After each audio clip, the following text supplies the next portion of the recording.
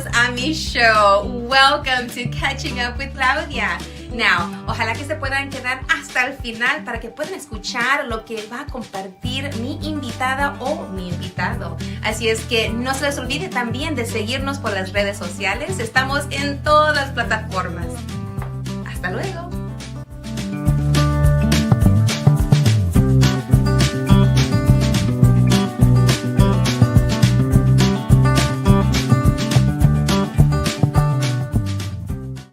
Hola, ¿cómo están? How are you doing? I just took a sip of my tea, but I'm going to take another sip because I really love my mug here. It has one of my sheroes.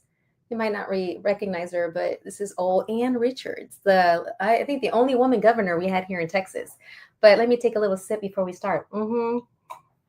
All right, so welcome to the live stream and recording of La Super Comadre Claudia and the Claudia Macias podcast. Now, if you're joining me for the first time, well, this is just a time and space to share ideas, share what I'm up to, share invited guests to have amazing things to share, maybe a platform, maybe an organization, maybe a movement. And it's all for the benefit of humankind. Now, you may not always agree with what I say or what I share, but that's okay because you can always turn it off. But even if you don't agree, stick around. I don't know. You might walk away with some new information or some information, or you might walk away, I don't know, even more mad, but that's okay. So if you're new here, once again, welcome. I'm a mom. My background is education. My 9 to 5 is the mental health space. So that's the work I do. And boy, do I need it myself these days. Been a teacher, been an administrator, worked with many students in many districts.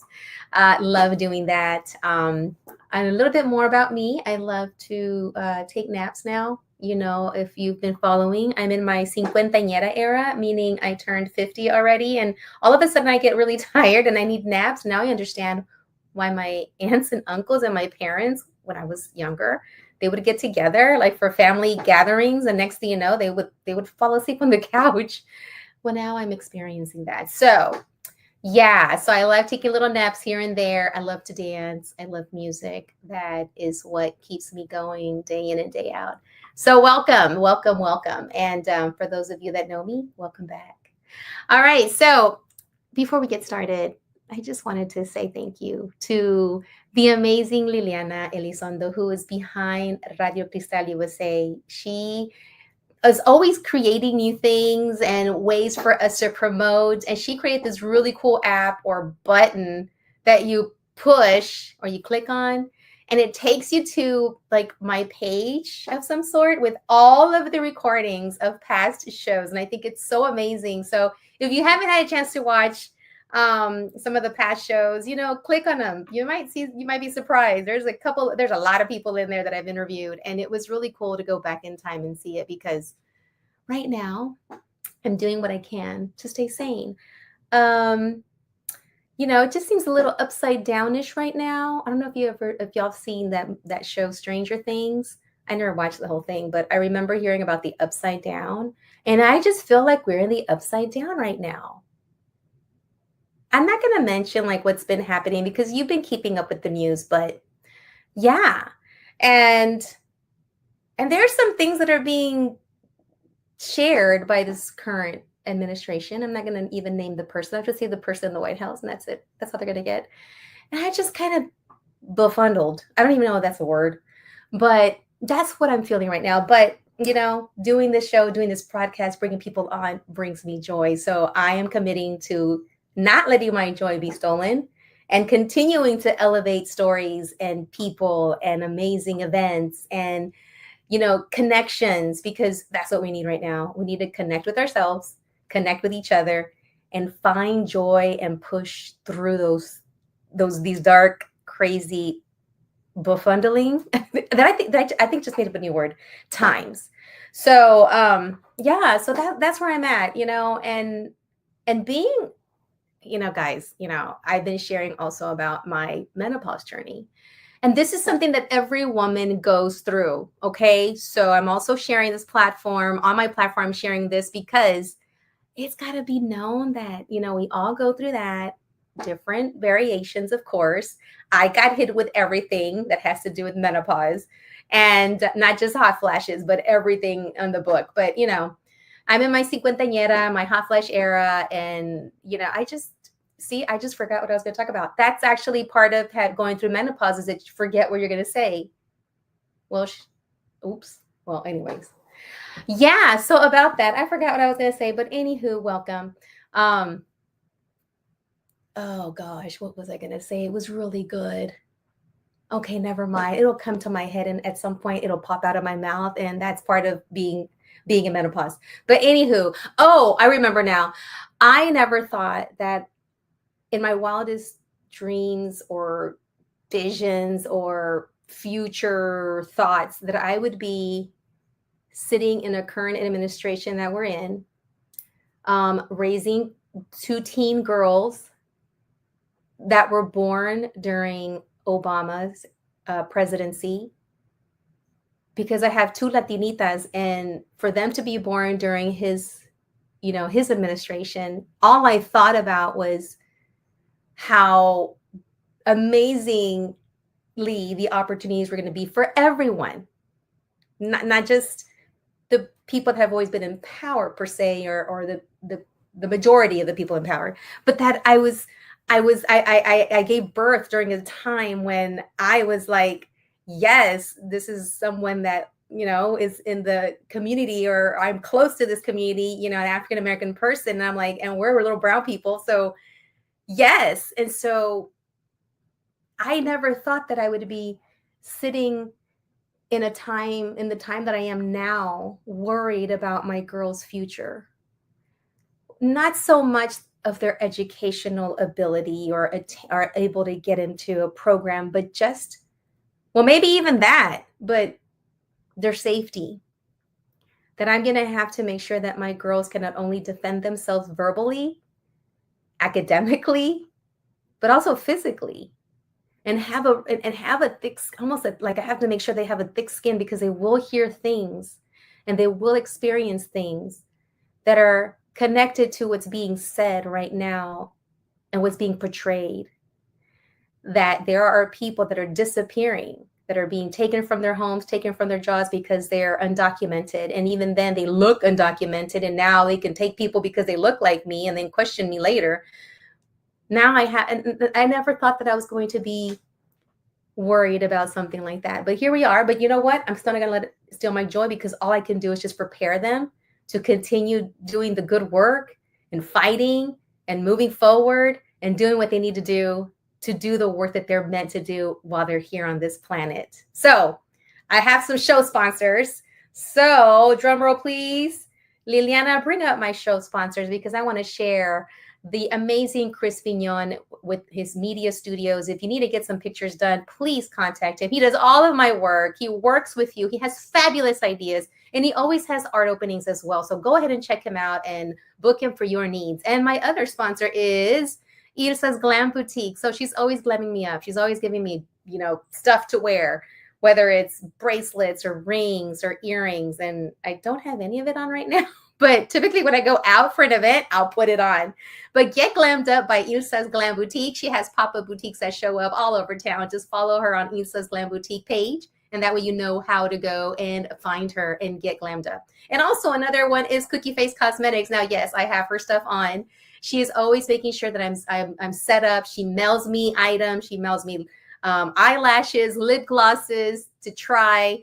And her cosmetics line is growing. So go ahead and get yourself glowed up by Cookie Face Cosmetics. And Men Awake.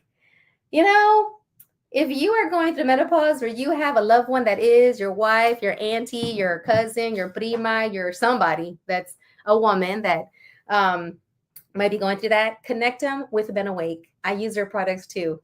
I use it all. All right. So those are my show sponsors. Now, speaking of keeping my joy and staying focused on the prize, which is hopefully we will take care of all of the doings that have been happening under this administration. We will undo it, but undo it for the better of all people, not just one side, not just blue side, not just red side, green side, whatever, but making sure that as we move forward, that you guys know who's running for what, who do we vote for, but also, keeping up with what's going on, because I know there's a lot going on, but I just want to continue, using my platform to bring on people, to bring on ideas, to bring on, um, stories that you need to follow. So I want to bring on my first guest, which is someone that I love listening to. Well, I'm not really listening to him, but I guess I listen to him in my head. But Danny Norris, come on in. I want you to come back because you are a returning super compadre. You've been on before because we did some work with Leadership Houston. So come on in, Danny. Welcome to the stage. There he is. Welcome.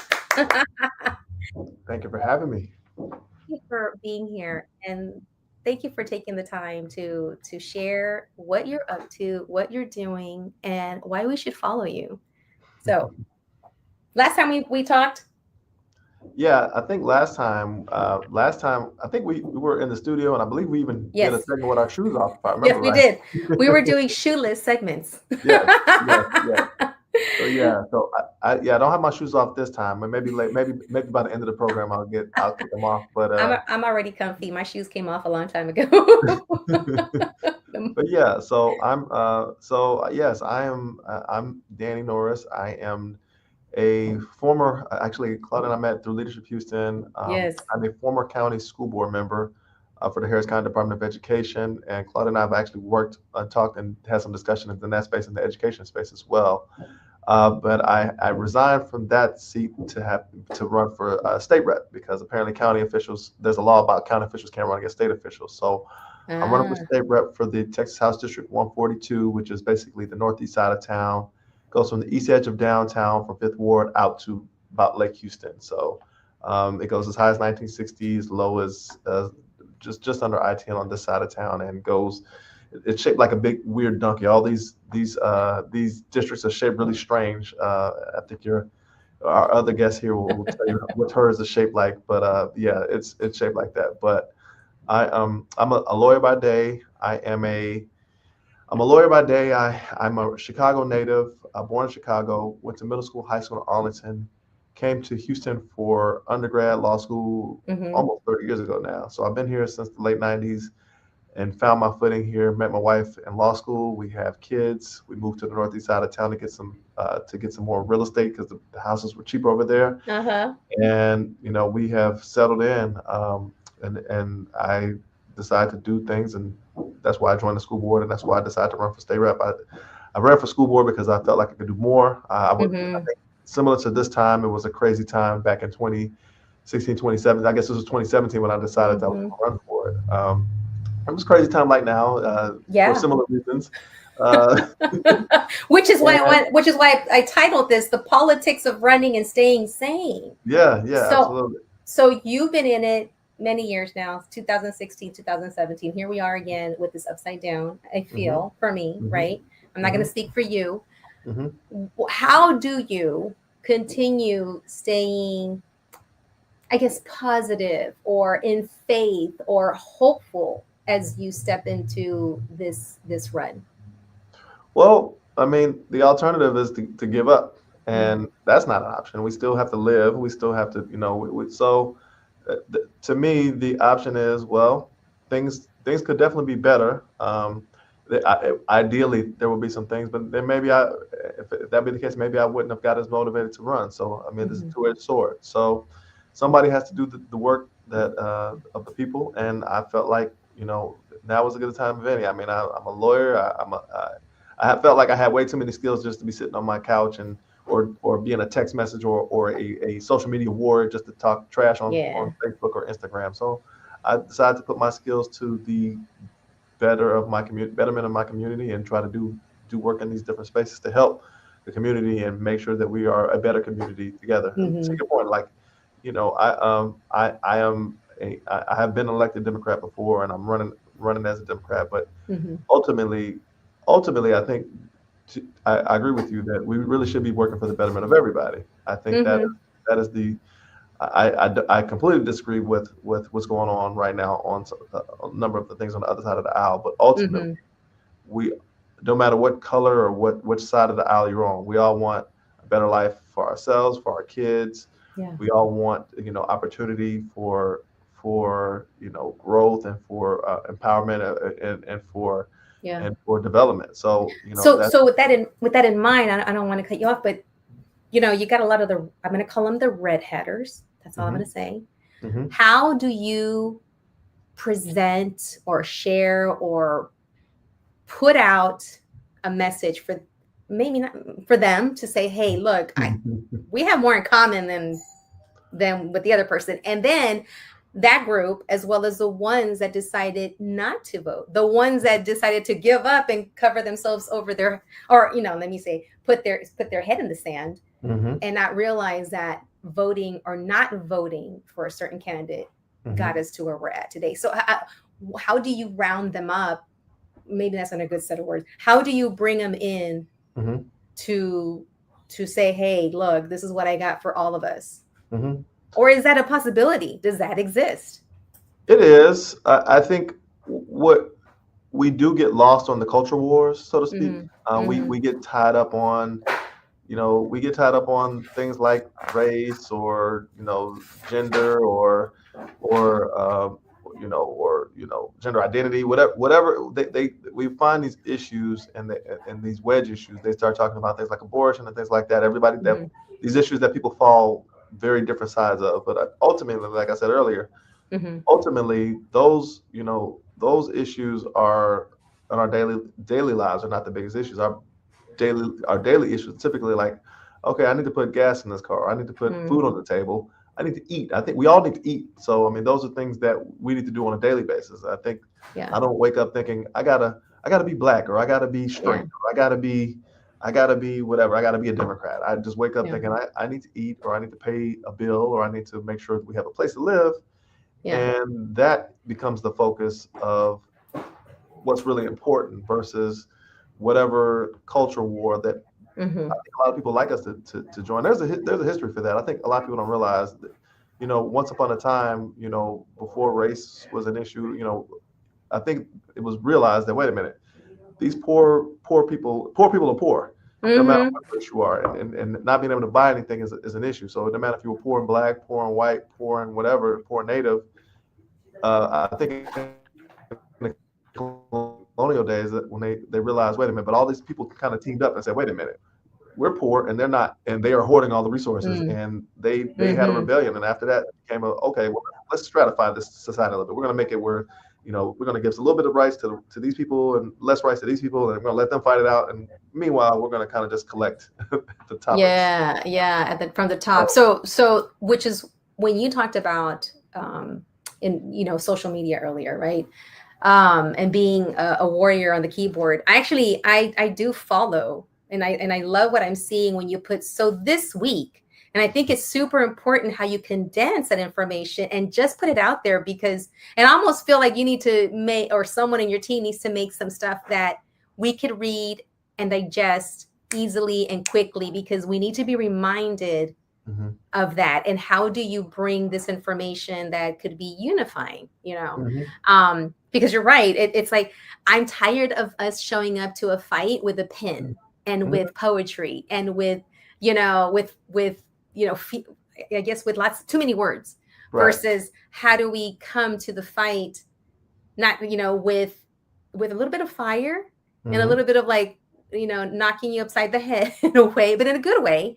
Right. Because what we're seeing right now is so many years of hearing the same, of a group hearing the same message over and over and over and over and over, and Hmm. they were very successful. So it's like, how do we make sure that we can put out our message? Like you said, it's all about housing and healthcare, and look, we're all in the same boat. Right. We're all needing the same things. How do we do that, and making sure that everybody gets included, even people that are uh, love who they love, as you would Right. say. Right. um, but I'm going to bring in another candidate, and I want for her to join the conversation. We're going to get to know Desiree Klaus. She is also a returning Super Comadre. And I loved how you guys were both talking and networking before we started. So come on down. I want you to make your way because you two are also running. I'm gonna give you a spotlight a little bit so you can share a little bit about you. Welcome back. Who are you? Reintroduce yourself, and then what are you running for? So go and take it away, Desiree. Hey, Claudia, thank you so much. So my name is Desiree Martinez Klaus, and yes, I am candidate running for Texas House Rep 128. You might ask where that's at. So just to let y'all know, that's over here in Baytown, Texas area, close to also Crosby, Huffman, Deer Park, LaPorte. So if you live anywhere near those areas, you're in District 128, if you didn't know. And yeah, I'm looking forward to running. This is my first time running. I am not a politician, nor do I know how to run a race. So I'm just like, using all of my skills and my background and work that I've done in community building and advocacy, and also my foundation through my parents as well, who have also been in advocacy and community building as well. So I'm going in head first, as we do sometimes, as Latinas do sometimes, and making sure that our community is educated and elevated and informed.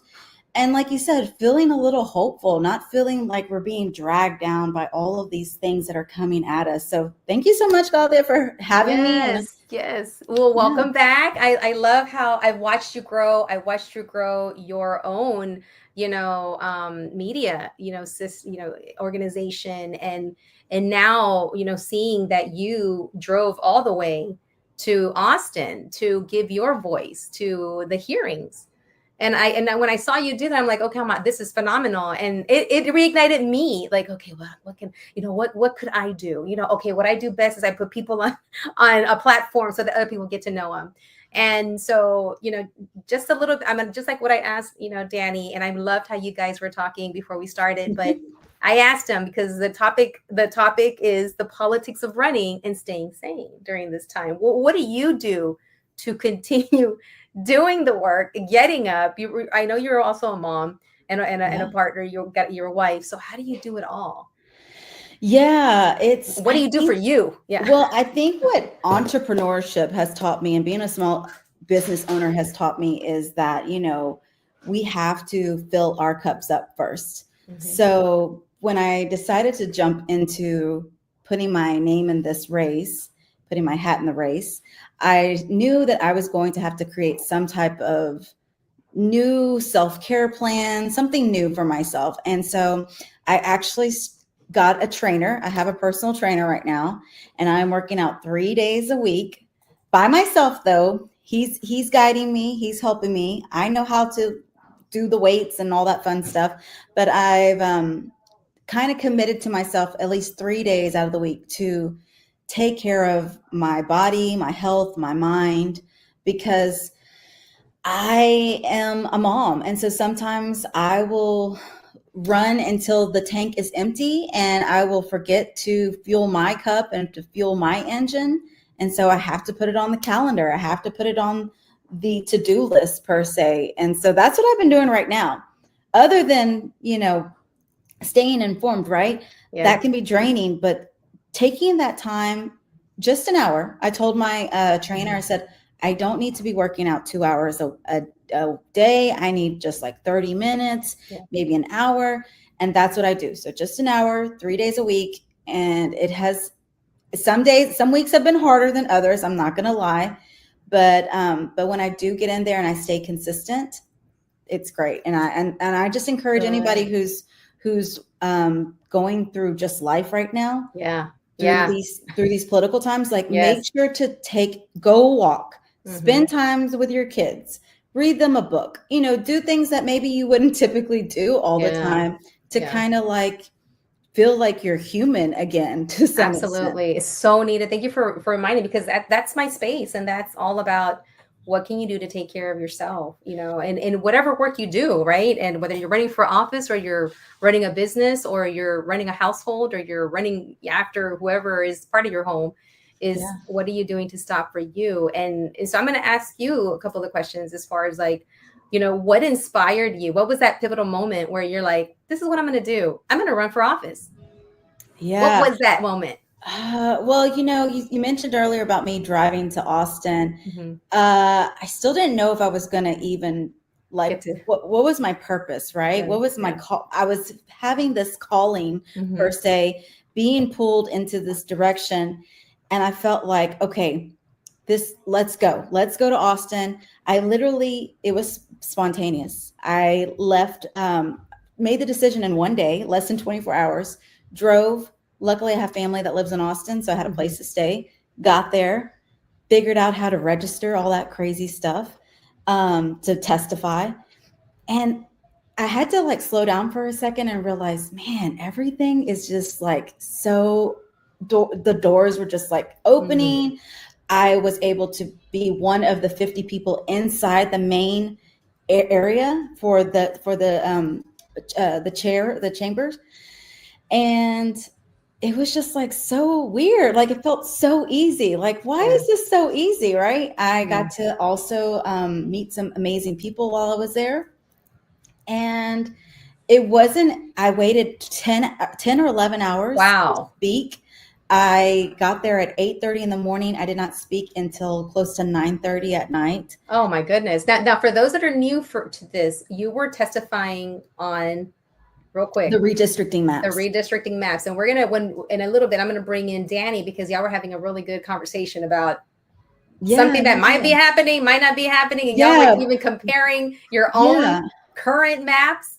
But so you had the chance to go. So was that moment where you're like, okay, I just felt like, I'm a big spiritual person. I am religious. I believe in, I'm a believer.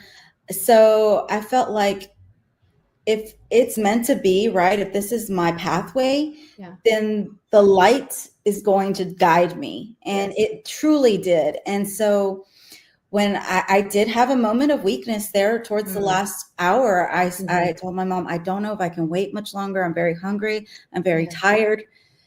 All of those things that we go through our own personal journeys, right? Yeah. And so I said, you know what? I just got to wait until my name's called. I just have to wait. And my name got called, and oh my God, it was such a relief. And it was such a relief too, because my town, Baytown, the town that I have grown up and lived in and was raised in, was mentioned during that chamber, during that meeting. So I said, I'm supposed to be here. I'm representing my community. I'm supposed to be here. And so it wasn't really necessarily even the next day or within that moment that I knew. I just knew that, like, okay, if I'm even thinking about this right now, this is my time. You have to, and you have to strike sometimes when the iron is hot, and this is my time to do so. And I tell people, you can't wait. It's like anything, for a job, for a new house, for a child. There's never going to be the right time, right? So I don't know nothing about running for politics or when the right time to decide, but I just knew that it shouldn't be this easy to some extent, but it was feeling very easy. Now it has gotten harder as this journey has progressed, but I just know that this is where I'm supposed to be. And I really feel like if it wasn't meant for me, it wouldn't be. And I'm so glad it is, because I've been able to really hone in on those things that I'm so passionate about, right? The things that I love. And so I'm very grateful. And the day that I decided to tell my mom, she was like, huh? Like, I'm surprised. I know your mom. I'm surprised she didn't say, oh, okay. I would expect that. She did, but she wasn't really sure. She's like, she knows I'm passionate, just like she is, about community and politics. But she was like, are you sure about this? And I said, yeah, I think I'm pretty sure. And I had those conversations also with my husband, my in-laws, my kids. And I said, hey, like, I mean, this is kind of where I'm at right now. Like, and they gave me their feedback, but they kind of also knew, like, oh, it's a train that's moving, and we're going to have to just hold on. And the apple doesn't fall too far from the tree, because I know your mom was a leader herself. Yes. Making sure that she was stepping up and standing up for those that needed a voice. Yes. So she shouldn't be surprised. She shouldn't be, but still. I think verbalizing it, right? And Yeah. and then realizing like, oh wow, okay. Because she never really wanted to get into politics either. And you know, one of the moments that was really impactful to me, that is kind of related to this journey, was I was at the Texas Monthly Taco Fest this summer, and it's just a wonderful event, a cultural event, eating tacos, all that fun stuff. And I saw the Mexican flag. Oh, like I have the Texas flag here, right? Yeah. But I saw the Mexican flag there, and it made me think of all of the people that were in fear of their life. Yeah. Just being in the presence of our community. And so for me, it really impacted me seeing that flag and saying, you know what? I'm not going to let fear define my community anymore. Yeah. I'm a third generation Mexican American, and I'm no longer going to let fear hold us back. Yes. Because we have to fight. And even more so now, as you said, we're in this upside down. Yeah. And this might sound a little too crazy for some, but our democracy is getting taken away from us bit by bit every day. Which right there, hold that thought. I want to bring in Danny now into this conversation. Yes. Our democracy is being taken away day by day. Danny, okay, now I'm going to open this up because I have a question for both of you. Are we in a constitutional crisis now? Absolutely. Yes. Right? Yes, absolutely. Okay. I just want to make sure, because I feel like we haven't sounded the alarms as loud as we should. Are we being overshadowed by the rally that happened in Arizona last week? I don't know what that was by the Red Hatters. Well, what's happening that we're not? Am I missing something? Am I not paying attention to the news enough? But I feel like we are in a constitutional crisis. Well, go, Danny. Go ahead. So we've allowed a few things to happen. Well, first of all, I think when the Supreme Court ruled last year, that basically in so many words, the president was pretty much immune from anything. It's like this administration kind of came in with the idea that we're going to just do whatever, and if it sticks, it doesn't stick, we don't care. So it's like we don't care about. They're just throwing whatever at. Oh yeah, we don't care about rights. We don't care about any of those things. So it is a matter of what are you going to do? We're immune from everything basically. So if we deport you and you're a citizen, whatever. If we don't give you due process, whatever.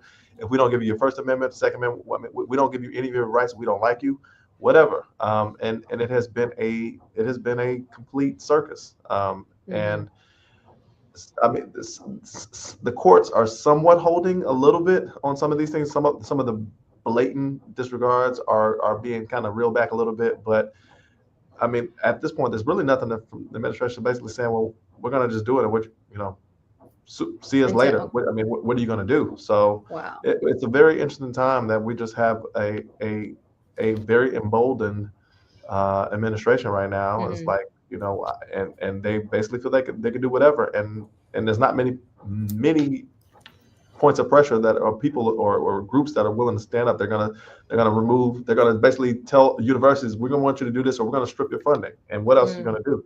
So we're being we're not hijacked. What's the word? We're like when they take you hostage. Desiree, yeah. Thoughts on this, Desiree? It's been held hostage at the whims of this administration. They are trying to reformat it in whatever they see fit. They don't care about the norms. They don't care about the law. They don't care about any of it. They're just saying, we want this. We want this to, we want to deport anybody that is of, I think they said they're basically saying looks or has an accent or works at a job. Or looks like they have a lower income job. They need to go ahead and be honest. I think sometimes it slips out and just say, we just want some white people. Look here, we don't care about and people who believe. They just need to go and say it. There aren't so many words. They say, I think even the young man who I won't even bring his name up, but it may give you some more views. But I think even he had some statements about like first world, no immigrants from non-first world. So basically saying no black and brown countries. We can mention it. I'll just say that person that had a rally /memorial/funeral that I don't understand. That's why I talk about the upside down, is how do we right side this up? Claudia, I wanted to share what you were talking about. Thank you, Danny, for sharing the legal side, because yes, that's super important. I think there's a lot of people that don't even really get the concept of, our freedoms and our rights are just being completely stripped away. And legally, that's important. But the messaging side, right? The part where you're talking about, well, how are people just not understanding, right? It's because we are trying to make things too nice and too pretty when we just need to say what it is. Say what it is. Say what it is. It is. They are fascists. They are far right, conservative Christians. These things are just who they are, and they have no problems telling us who we are. Well, we need to tell them who they are. And so they are not representing our democracy. They are not representing our community in any way. And I know Danny, I'm sure, feels the same way I feel about our democracy. He values it. He cherishes it. And so when the community members out there, people watching on media or whatever, or TV, they say, "Oh, you're being, crazy, or you're talking crazy, or you're too radical." No, we're not too radical, because that's what's happening on the other side. And so we have to just call it what it is, let them know who they are, because they don't mind telling us who we are. And we have to also educate our community more and let them know, hey, these are your rights. You were born here. You have these rights to say no. You have these rights to speak up. And when have we ever wanted a king to be our leader of this country? I have never, I've never heard of that. And so I think it's just really important to maybe have some really great conversation one-on-one with some people as well. The keyboard warriors and all those people, they can fight all day long they want. I'm not going to entertain any of that. I agree with that. But for both of you, what I'm going to share is we have lost a lot of voters to the manosphere, especially young men, especially young white men, and we've also lost even people in the Catholic religion who were swept up by that one issue, abortion issue.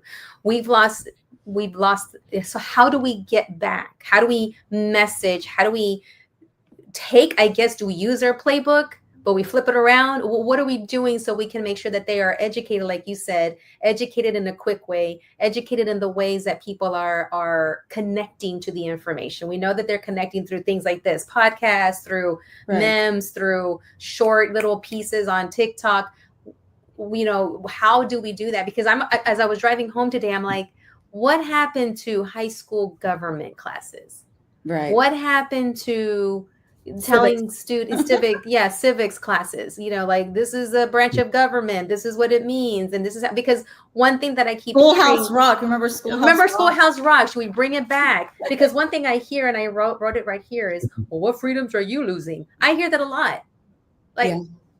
Just the freedom to have an opinion. We saw it first off with Jimmy Kimmel just speaking a statement, not even really attacking anybody.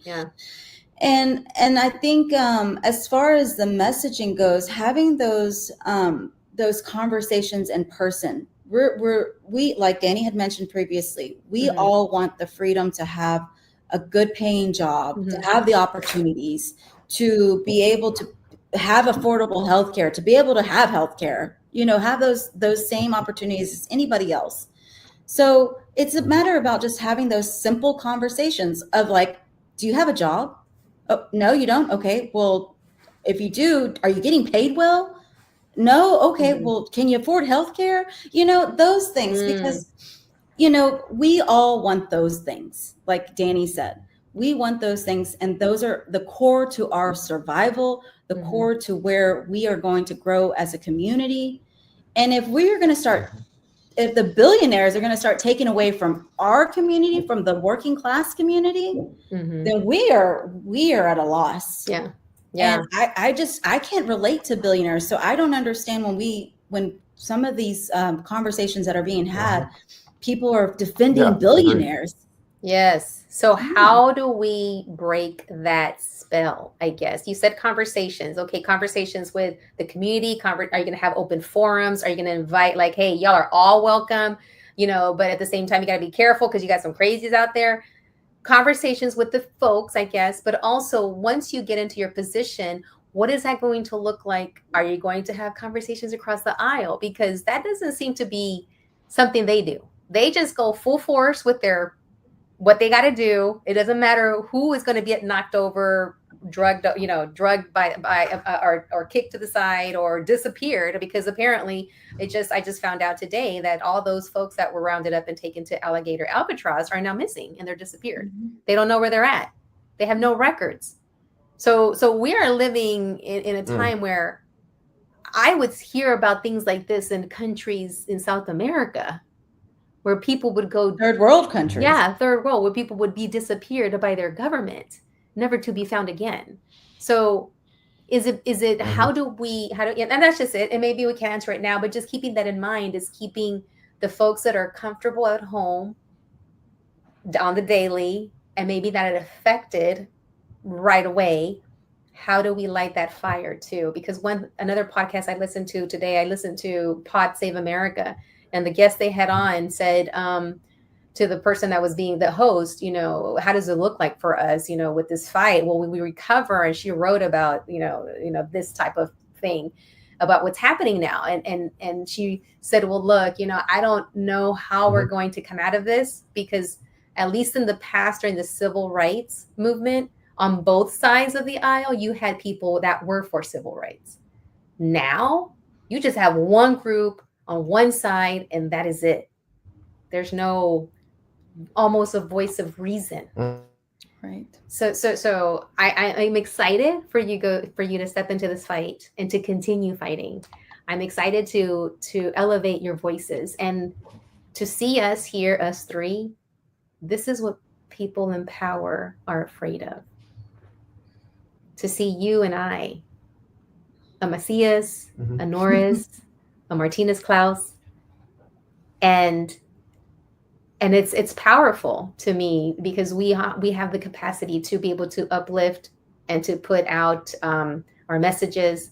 And so I know I just went on a little talky talk, but I was just like, how are you going to work with those conversations when you get into the office? Because I'm already speaking it to the universe. Either one. I mean, when you have like to, are you going to? Yeah, I mean, like I said earlier, go for it, Danny. There's way more that unites us than divides us. We just keep forgetting that because we keep getting thrown into the things that really don't matter. I think that it's worth going back into. I mean, I abhor a lot of the things that are being promoted or being divisive. But at the end of the day, like I said, it's about, we all can relate on. I want opportunity for myself, and I want opportunity for my kids. I think that's universal. Or if you don't have kids, maybe for your family, your niece, nephew, cousins, whoever. We all want opportunity, and we don't want anything that potentially hinders that opportunity. And I think that's realizing that actually, like I think Desiree was basically saying, this is if we're really paying attention, all these little cultural war issues are being thrown around. Meanwhile, the billionaires are getting their tax cuts. And so they like us fighting. We're fighting over the scraps, and they're getting huge cuts. And they're like, well, y'all can fight all you want. I just got $1 billion tax cut. I'm feeling great. So, I mean, and meanwhile, we're fussing about which bathroom who's going to go into and all these other things that at a daily basis, like, and it's like, that's the real issue. I know people from all the communities, and it's like on a daily basis, everybody's worried about opportunity and ability to move forward and to be able to live the way they want to live and to pursue whatever dream they have. That's what people want to do. Do we want to argue over everything that divides us? I don't think so. Generally, I think it needs to be everybody's identity. I think that should be recognized. I think I get irritated when people act like well, we shouldn't worry about this. Like, no, I mean, when people say I don't, you shouldn't worry about race. Like, well, when people say I don't see race, well, if a guy says that, I'm like, well, what if I didn't see you as a man? Like all these are all very fundamental aspects of us. At the end of the day, it's not no one thing defines us, but it's all part of us. And I think we should celebrate all of our uniqueness and be able to live out life fully. And I think that's the idea. And how do we do it? It's going to take a lot of education, because clearly we have not done it properly. Where we are, I think that was one of the other reasons I decided. I was like, well, clearly we're not educating people very well to end up in this situation where we think this is the best route. We kind of find ourselves here. How can we have done better? So clearly we need a better education campaign. And it's going to be, it's going to realize, I don't know if America needs to hit rock bottom before we get to the point where we realize maybe we need to. I know. I mean, I don't know. We're not there. Don't say that, Danny. I mean, you mean this is not rock bottom yet? Every time I think it is, we keep right. There's another level. Like, another level gets opened up. We're like in a game, like a video game or something. Like, oh God, could we go even lower? Like, oh no, never mind. Wait, let me not. Hold my beer. It's like, hold my beer. Here's something else. Yeah. And I'm the eternal optimist, by the way. I'm always like, well, me too. I'm an optimist, so it's like, but I'm like, man, have we seem to keep like being a glutton for punishment. So maybe does it not hurt bad enough yet? Because I feel like we really do need to have a come, so the old black folks would say, come to Jesus moment. Jesus, we need to realize, like, this is not working. Whatever we're doing here is not working for us. It's working for other people. It's working for some people, but not us. The thing is that even the ones that are following the red hatter mentality or the orange one, it's not working for them. No. Like if you ask them when they say, "Oh yeah, we're winning," what are you winning? Just because people are rounded up, you're winning. It's just a feeling, and that's it. Because they're gonna, if they got insurance through a company, they're about to get slapped with some high premiums. So you're not winning. I think that's half of it. It's like Danny said about hitting rock bottom. It's always like anything. It doesn't affect us until it hits our home, right? So once your light bill starts going higher, your water bill, your grocery bill, your insurance bills, all those things start to go up, then people are like, wait a minute. And for me, I just know that, like, I'm an entrepreneur, so my income is very unstable at times. I am trying to get contracts and clients and all this fun stuff. And so I can't imagine also, having to be a single mom. I'm not a single mom, thankfully, but at the same time, there are a lot of single moms out there that are living off of one income, and they can't make it. They can't get the benefits that they need for their families and their children. So how does that seem fair that the billionaires get the tax cuts, but yet single moms can't even get the opportunity to have affordable childcare so they can work? A good thing. Yeah. It's not even about like, so they can go out or do something. No, it's about working. And then they can't get a good paying job, right? They have to get maybe a part-time job or a retail job, something that's going to be beneficial to their schedule. And I think we just have to start talking like real talk to some extent. Okay. And the culture wars, yes, like Danny said, they're gonna try to bombard us with all that, and we have to just be real. And last election, they really doubled down that that good old person in the office right now, so-called president, was going to lower the grocery bills and lower the egg prices and do all these things. Okay, I'm still waiting. Yeah, but we know. But here's my thing. But it was never about the price of eggs. Right, but that's what they ran on. That's what they ran on, so they can get the Project 2025 in. Yeah, and so like I said, we have to stop. We have to stop letting them tell us though that we are all about the culture wars when we're not. We care about the regular working class community, the working class families, and yes, there are going to be some things that maybe we disagree on, but at the end of the day, I just want to be able to, I don't want my light bill to be $500 or $600. And right now my light bill is going up. So is mine. And I'm not too happy about it right now. Yes. So, for instance, insurance is open enrollment's about to come. I'm nervous.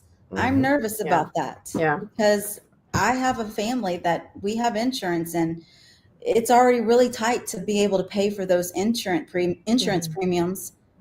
I don't know. Like, am I the only one feeling this way? Like, because I want people to understand, like, hey, I have these same problems like you do. Just because we're running for an office doesn't mean we don't have any problems. We're just tired of it, and we're just tired of the people that are saying that they're doing things and they're not. And look, I just want to do a couple of shout outs here. We have Amanda Rodriguez, yay for Desiree Klaus for Texas, single mom here. And we have Linda Duran, OMG, tell me about it. Me as a broker, I'm scared for my clients. So we're hearing, we're at 7:53. We have a few minutes left, but I wanted just to recap, because this is not the last of us doing this. I'm going to want to do this again and bring other candidates, from different, and it's not about having a debate. I don't know. I'd rather not put candidates who are running in the same place or the same position.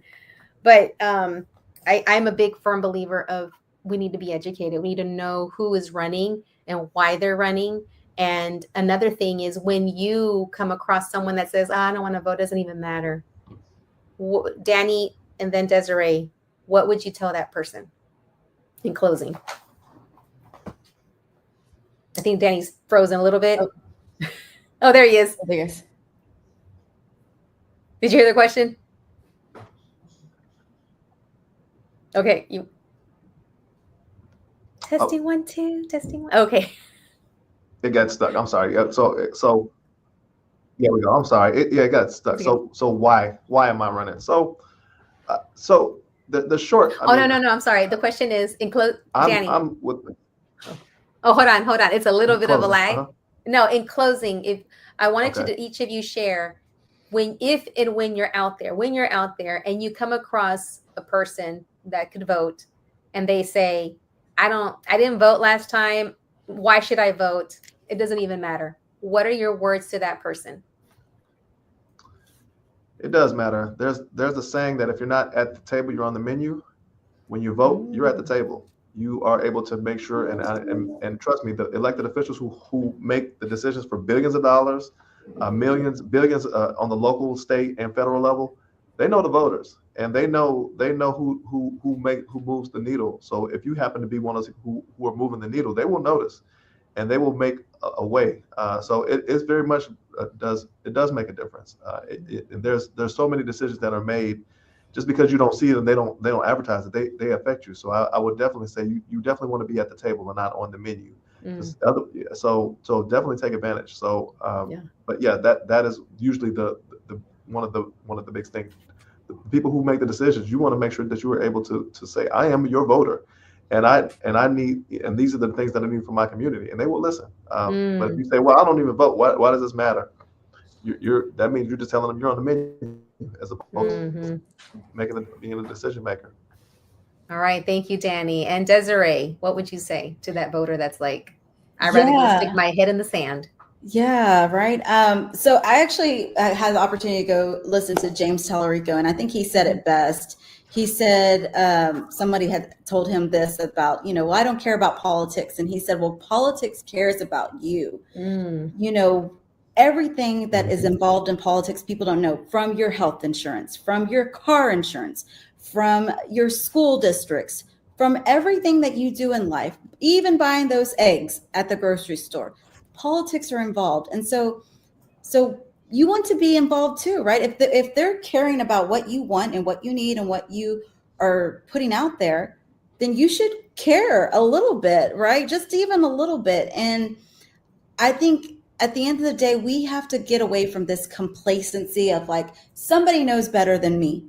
That's not true. Okay. I don't know someone's personal life better than theirs. I just don't. And so we have to take ownership of that. And we have to say, hey, maybe I'm struggling. Are you struggling? Because, and maybe they are and they don't want to share, but because they're too concerned or scared. But I think once we get down to just talking to regular people like me and Danny and just letting them know, like, hey, we care. We're going through the same similar struggles. Then it's important to just listen and give that opportunity to say, hey, you know what? Well, maybe if I had someone like you, maybe I would open up a little bit more. Maybe I would actually care a little bit more. And I know for me, specifically in my district, representation has been lacking. I can't go to my representative and just say, hey, I really don't like when you do these things. Is there how can we meet a middle ground, right?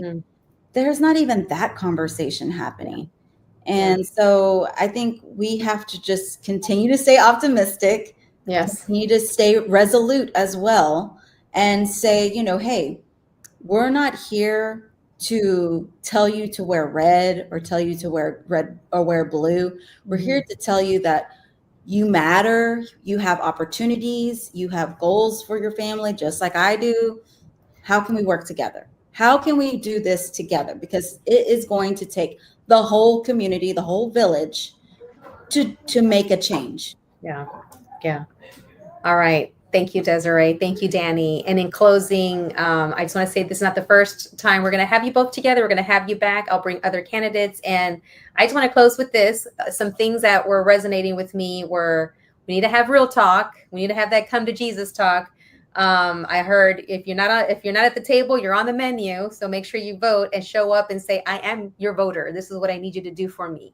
I heard about what James said, Tallarico, politics cares about you, that everything is political, from the water you drink to the egg you fry to the road you drive on. And I think we need to stop saying that piece where I don't want to talk about politics. Well, you know what? Everything is politics. The job you have, the insurance premium you pay, the road you're on, the milk you give to your toddler in a sippy cup. It is all political. The tariffs that those small businesses have to pay right now. That's right. And I've been taking pictures of the different signs that are now at different restaurants that say the increase of price is due to tariffs. And I think that has to do with education.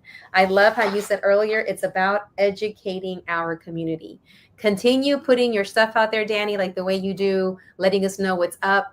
It's so concise, it's so precise, it's just right there. Desiree, continue using your platforms and going out there and doing your thing.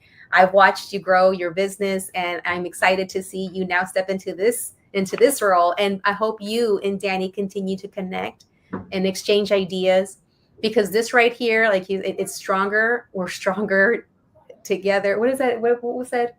We're stronger together. We're united. We're stronger. We're better, stronger, something like that. Okay. My menopause is kicked in right now, so I can't remember the quote.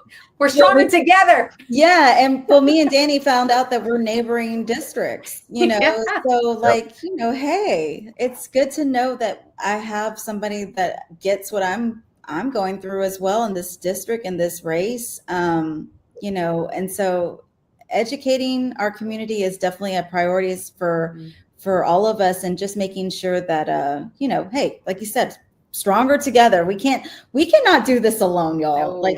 I nobody can do anything alone. We have to work together to accomplish our goals. Absolutely. All right. Well, thank you so much for being here. Danny and then Desiree, how can people follow you, Danny, if they need a campaign for you, give you some money, want to connect with you? Yes. Danny Norris, 4tx.com. All right. Desiree.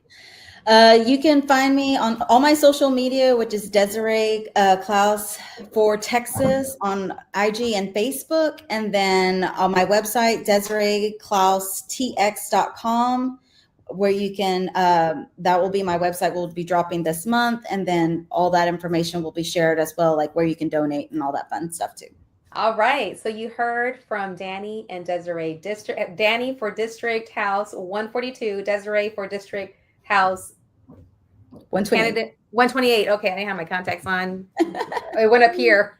But Here it is, guys. You're listening. If you're just tuning in or you've been listening, you catch the tail end of this. Don't worry, this show will repeat, and it's also on all social media. So that if you haven't had a chance to hear Desiree and Danny and who they are and what they're running for, please come back and listen to the show again. Share it with your friends. Get involved. If you can vote, check your registration.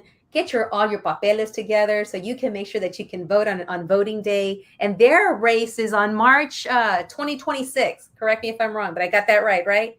March primaries. Primaries are March 3rd, 2026, and then general election in November, I believe 3rd or 4th, 2026. All right. So you heard it from them. Now you know who to vote for. We're not even going to talk about the other people, but this is who you need to vote for right here, because they're all about you. They're all about the people, and they're all about making sure things are done for you. Yes, that's right. Real quick, if you're not registered to vote yet, October 6th is the last day to register. So please do so. If you have moved from your house, apartment, county, re-register, because once you move, you might not be in the system anymore. So you want to make sure you're still registered under that new address.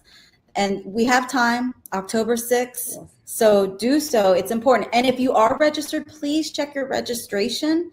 I checked mine. I checked my husband's as well, because I was like, got to make sure husband can vote for me as well. So, do that, because sometimes things get a little wonky, right? With the computer system. So you want to make sure you're registered, especially if you don't vote all the time. You want to make sure you're ready and prepared. Yes, ma'am. You heard it. Get ready, get registered, check your registration. And I'll see you next time, because we're going to have some more conversations with candidates. Gracias por estar aquí. Thank you so much for coming, and we'll see you in the next one. Adios. Adios. We're going to take a picture, so don't leave. All right. Cheese. Do I take it? Liliana, are you there? She's amazing.